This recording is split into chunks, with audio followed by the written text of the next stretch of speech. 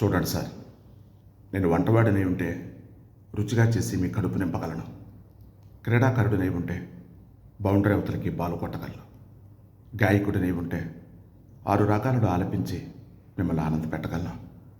కానీ చేతిలో ఏ పనితనము లేని చెప్పింది మాత్రం చేసే చిన్న పనివాడిని సార్.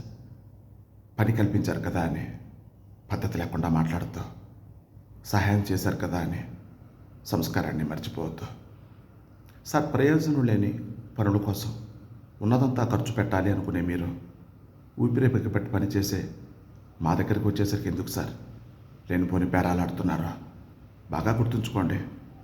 మన వాళ్ళతో అవసరం లేని రోజు రావచ్చేమో, కానీ పని వాళ్ళతో అవసరం లేని రోజు రాదు సార్.